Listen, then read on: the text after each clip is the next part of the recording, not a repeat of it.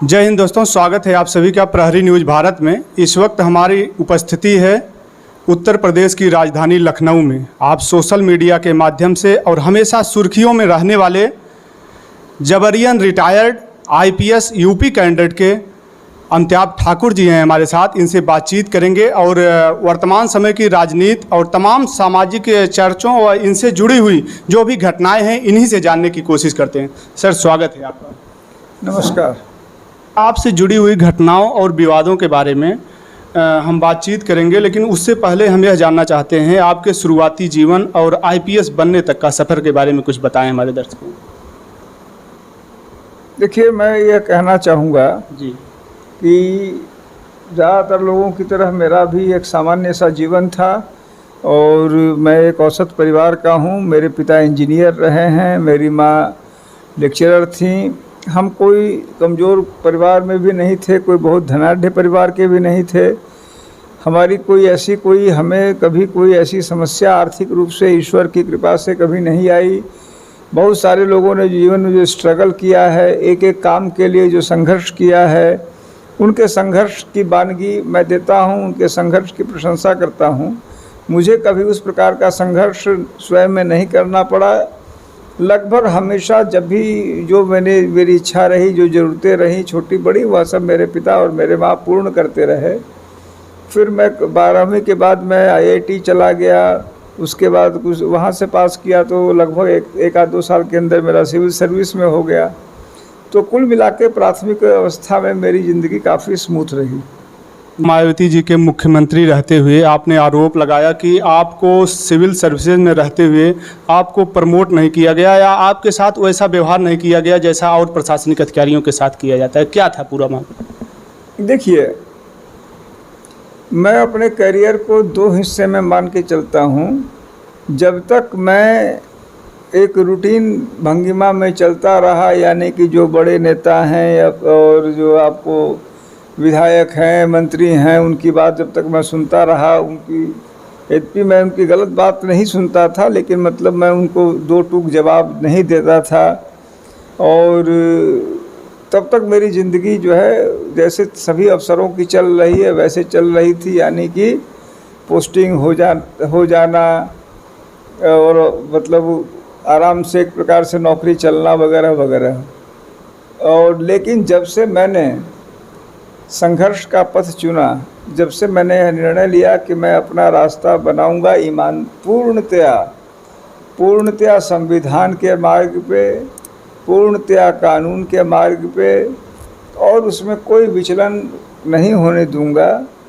जब मैंने, जैसे कि हम लोग कई बार देखते हैं कि वो जो कोई फिल्म आई थी जिसमें गोविंदा ने कहा क्योंकि मैं झूठ नहीं बोलता, वो पहले झूठ बोल रहा था तो वो चल रहा था और जब सच बोलने लगा उसे परेशानी आई वगैरह वगैरह। उस तरह से मैं ये कह सकता हूँ, जब मैंने निर्णय कर लिया कि मैं मुंह पे भी सच ही बोलूँगा और गलत को गलत न सिर्फ कहूँगा, किसी कीमत पे उस बात का कोई सम्मान नहीं रखा जाएगा, तब स्वतः ही मतलब मैं कहूँगा कि मुसीबतों का पहाड़ कहिए या तमाम परेशानियाँ कहिए, दुश्वारियाँ कहिए, वो मुझे झेलनी पड़ी। मायावती के शासनकाल हो, मुलायम सिंह का शासनकाल हो, अखिलेश यादव का हो और योगी आदित्यनाथ का हो, सारे शासनकाल में मैंने इस प्रकार की परेशानियों को देखा, झेला। और 1 मिनट आपको रोकना चाहेंगे। आप गंभीर आरोप लगा रहे हैं कि प्रशासनिक अधिकारी रहते हुए ऊपर से जो सफ़ेद पोश होते हैं वह लोग स्वतंत्रता पूर्वक कार्य नहीं करने देते या आप जैसा चाह कर भी नहीं कर पाते। क्या ऐसी समस्याएं आती होंगी? आपका कैसा अनुभव रहा है सर्विस का? आप इसे गंभीर आरोप कह रहे हैं, मैं कह रहा हूँ कि ये एक बिल्कुल बुनियादी बात है और मैं पहला व्यक्ति नहीं हूँ जो कह रहा है। तमाम अफसर जो रिटायर हुए और तो उन्होंने किताबों में लिखा, अपनी बातों में कहा, पब्लिक स्पीच में कहा। मैं तो उस लंबी श्रृंखला में एक व्यक्ति हूँ जो इस बात को मैं भी कह रहा हूँ। और यह है कि मैं तमाम और अफसरों की तुलना में मैंने नौकरी में भी कई बार ऐसी बातों को उठाया था। मेरा यह मानना था और है कि कोई भी प्रशासनिक अफसर, पुलिस अफसर, यानी कि कोई भी सिविल सर्वेंट संविधान के प्रति आबद्ध है, कानून के प्रति आबद्ध है, व्यक्ति विशेष के प्रति आबद्ध नहीं है। वो कोई मंत्री और कोई जो है मुख्यमंत्री मंत्री कोई हमारी किसी से व्यक्तिगत लॉयल्टी नहीं है। हमारी लॉयल्टी सिर्फ और सिर्फ संविधान से है, कानून से है और कानून प्रदत्त जिम्मेदारियों से है, जनता से है। तो यह जो अपने आप को कहने लगते हैं कि आपकी लॉयल्टी कानून से, अगर जैसे टकराव की स्थिति है, एक तरफ कानून है, एक तरफ इनके प्रति व्यक्तिगत लॉयल्टी की बात है, तो ये कहते हैं कि हमारी लॉयल्टी ही कानून मानी। जैसे उस कौन सी फिल्म थी, उसमें कहा कि मेरा वचन ही शासन है। उस महिला जो थी उन्होंने कहा था, जो चर्चित फिल्म थी उसमें, कि मेरा वचन ही शासन है। तो उनको यही लगता है कि मेरा वचन है, और उनमें भाई मुख्यमंत्री को भी लगता है, उनके मंत्री को भी लगता है, फिर उनके विधायक को भी लगता है, फिर उनके मैं कहूँगा कि ब्लॉक प्रमुख को भी लगता है, उसके नीचे फिर ग्राम प्रधान को भी लगता है, और फिर जो है उसके नीचे पंचायत के सदस्य को भी लगता है कि मेरा वचन ही शासन है। यदि मैं सत्ता ऊपर मेरी सत्ता है तो मेरा वचन ही शासन है। इसका अगर आप संवैधानिक विरोध कीजिए, या आप यह कहना चाहिए, या इस बात पर अडिग रहना चाहिए कि संविधान ही संविधान है, कानून ही कानून है, आप कानून नहीं है, तो स्वतः ही एक द्वंद्व की स्थिति आ जाती है, टकराव की स्थिति आ जाती है। और उसमें जो रास्ता मैंने चुना वह निश्चित रूप से कठिनाइयों भरा रास्ता था, द्वंद्व का रास्ता था, टकराव का रास्ता था, और वह मुझे लगातार झेलना पड़ा, और मैंने उसको झेला। मुझे खुशी है कि मैं उस रास्ते पे चला। सर, एक ऑडियो भी सोशल मीडिया पर खूब वायरल हुआ था। समाजवादी पार्टी के दिग्गज नेता मुलायम सिंह यादव का धमकाने का भी आरोप था, आपने ऑडियो भी जारी किया था। वह क्या था प्रकरण कि नेताजी ने आपको फ़ोन किया और ऐसी कंडीशन बनी कि वह लहजा भी धमकाने वाला था? देखिए, चूँकि अब स्वर्गीय श्री मुलायम सिंह जी संसार में नहीं हैं, इसीलिए मुझे लगता है कि वो अपने आप को डिफेंड नहीं कर सकते, अपना बचाव नहीं कर सकते। अतः उस बिंदु पर अब मेरे स्तर से कोई चर्चा किया जाना उचित नहीं है। वो घटना थी, मुझे सही लगा, मैंने किया था। जी। तो सर, अखिलेश यादव जी से अखिलेश यादव जी को मुख्यमंत्री रहते हुए उनसे आपके काफ़ी तल्ख रिश्ते रहे। कभी ऐसा नहीं हुआ कि आपका सामंजस्य रहा हो, लेकिन उसके बाद राजनीति में आने के बाद ऐसा क्या हुआ कि आपने कहा कि अखिलेश जी एक लोकतांत्रिक व्यक्ति हैं? विचार में ऐसा परिवर्तन आना क्या राजनीति में आने के बाद ऐसा आपको लगा? देखिए, दो बातें हैं।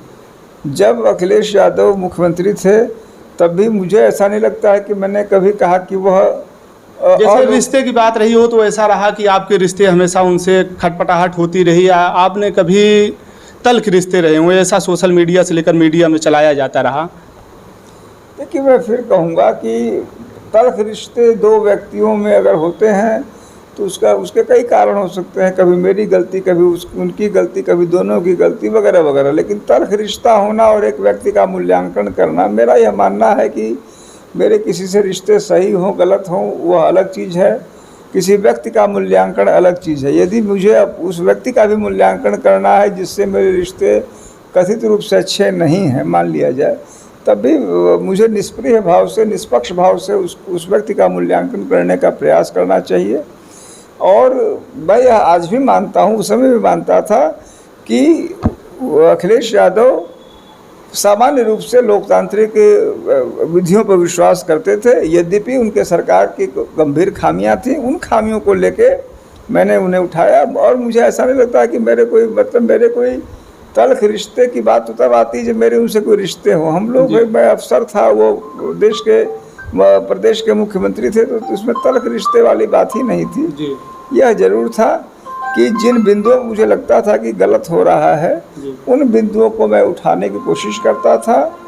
और उनकी पार्टी में उस समय, चूँकि देखिए मेरा यह अनुभव रहा है और मेरा ये मानना है कि जब सरकार में कोई पार्टी होती है तो उसका चरित्र और व्यक्तित्व बदल जाता है और कहीं ना कहीं वो सत्ता का चरित्र होता है। अब आज समाजवादी पार्टी दूसरी भाषा बोल रही है, आज बहुजन समाज पार्टी दूसरी भाषा बोल रही है, कल को सरकार बना ले तब भी यही भाषा बोले, वह बड़ी बात है। अंग्रेजी में कहावत है, power corrupts and absolute power corrupts absolutely.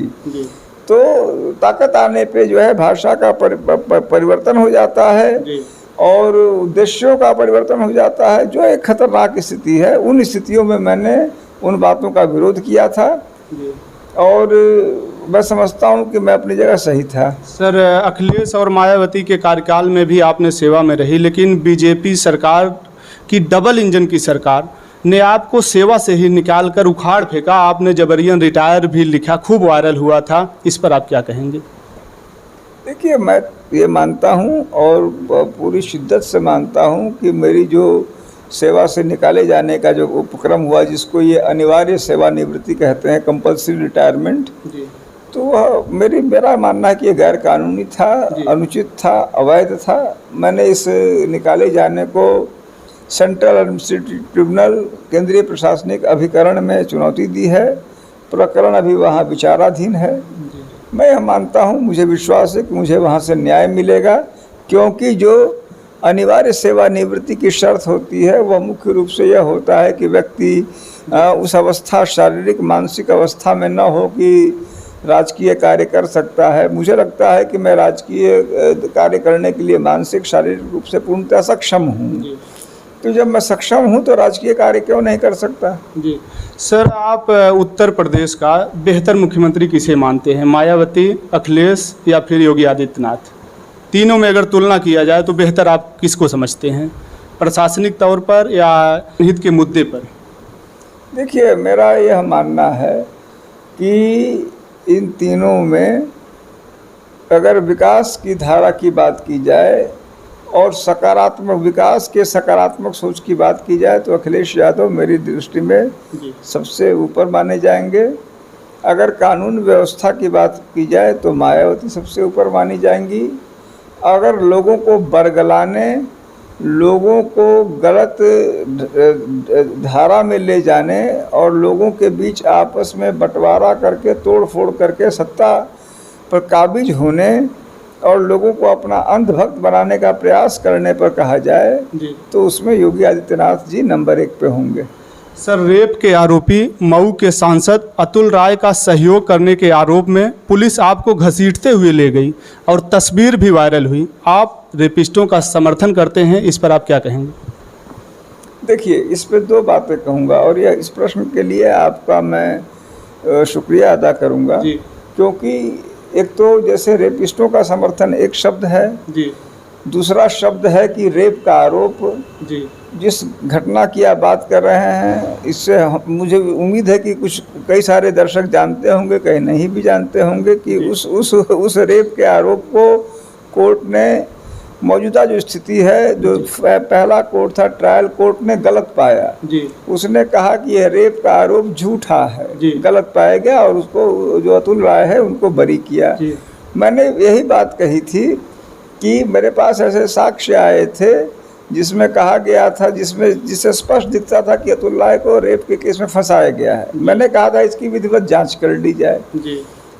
तो यदि किसी मामले में किसी के पास ये सबूत आते हैं कि फला व्यक्ति पर फला आरोप फर्जी लगाए गए हैं, जानबूझ के लगाए गए हैं, राजनीति से प्रेरित होकर लगाए गए हैं, और यदि कोई उसकी जांच की मांग करता है, तो यदि ये गुनाह है तो मैं फांसी का हकदार हूँ।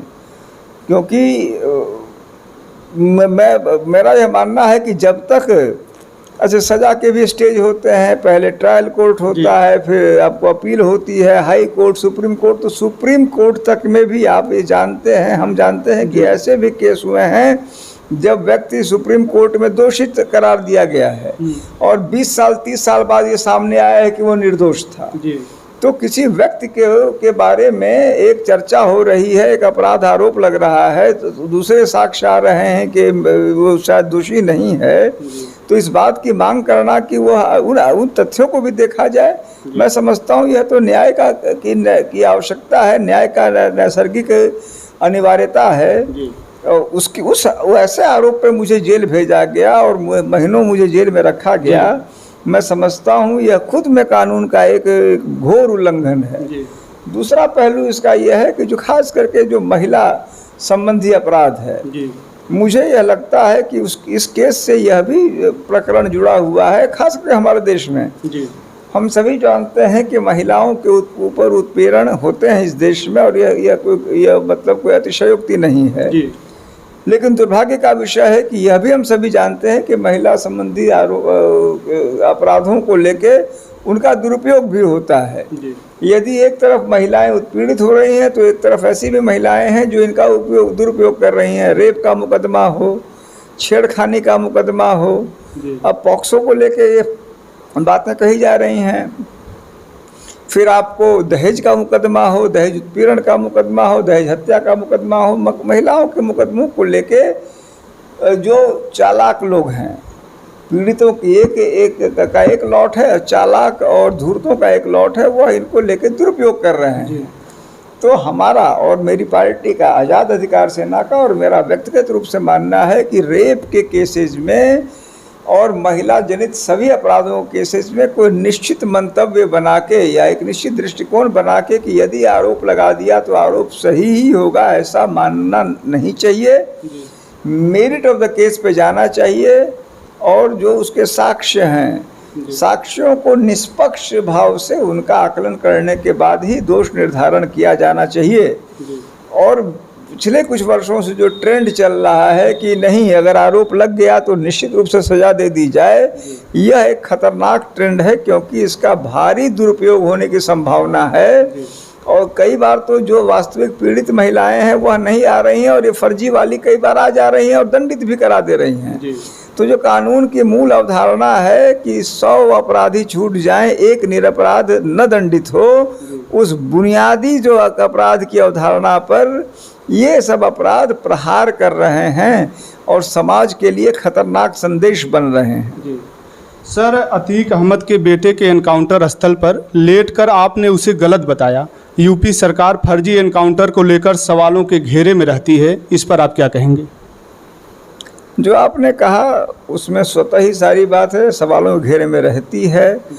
चूँकि ताकतवर है सरकार, इस समय उनकी सरकार है, मैं ही जज हूँ, मैं ही मुंसिफ हूँ, मैं ही वकील हूँ, मैं ही गवाह हूँ, सब कुछ वही है। मजिस्ट्रेट उनके हैं, जो एग्जीक्यूटिव मजिस्ट्रेट हैं, पुलिस वाले उनके हैं, विवेचक उनके हैं, तो उनका कोई दोष अभी नहीं देखा जा रहा है। लेकिन मुझे विश्वास है कि जब सत्ता परिवर्तन होगा, जब निष्पक्षता से इनमें से मामलों को देखा जाएगा, तो स्वतः ही तमाम मामला जो फर्जी मुठभेड़ के हैं वो सामने आएंगे और उन पर कार्रवाई होगी। जी सर, इस सब मामलों में आपकी पत्नी भी सोशल एक्टिविस्ट हैं, उनका कितना साथ और सहयोग मिल पाता है आपको?